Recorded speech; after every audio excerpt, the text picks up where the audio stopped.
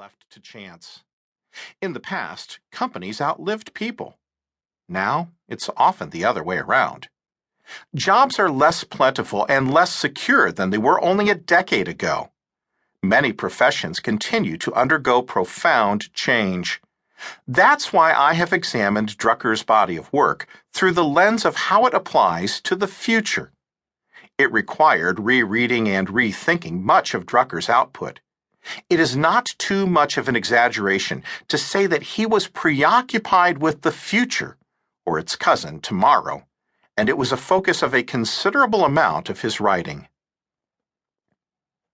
The future-oriented mindset. Drucker taught and wrote over many years about developing and implementing a future-oriented mindset.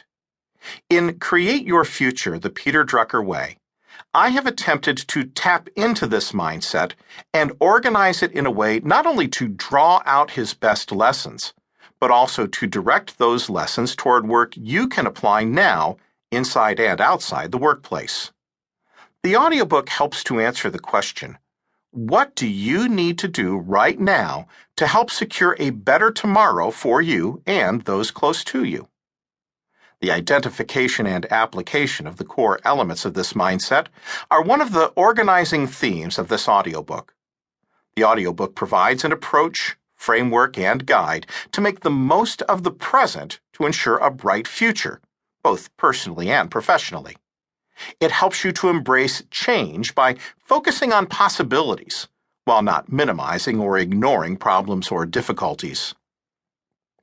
Understanding as well as applying Drucker's approach may help you to alleviate, or at least feel less threatened by, the inevitable doubt about the future and the anxiety-producing realization that it is unknown, uncertain, and unpredictable. Precisely because it is all three, we need a strategy for dealing with the future, something we can practice on a daily basis. Why is our attention drawn so often to the future? It taps into the angst and anxiety that rests in so many of us about jobs, professions, organizations, and the economy. A smarter option is to make our own tomorrow, rather than leave it in the hands of others or to fate. A future-oriented body of work. I have searched through Drucker's writings to find those that are most future-oriented. I believe he was leaving clues for us and puzzle parts to be put together later as to how we can apply his writing on this topic in any setting. What he advocated works in good and bad economies and for individuals as well as businesses and other organizations. In this spirit, I have aggregated, curated, and synthesized a considerable amount of Drucker's work and have presented it in a concise format. In addition, I have included some of the salient scholarship and writings about Drucker that have appeared since 2005.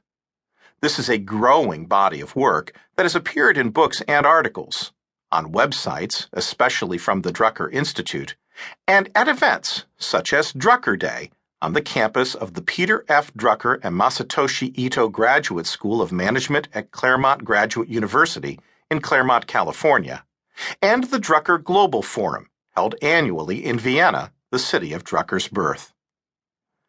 How important is the future? It is where we are all headed. We can't do anything about yesterday or the past, except possibly to reinterpret it or learn from it. We can make the most of today, but tomorrow is something we can also affect and influence now.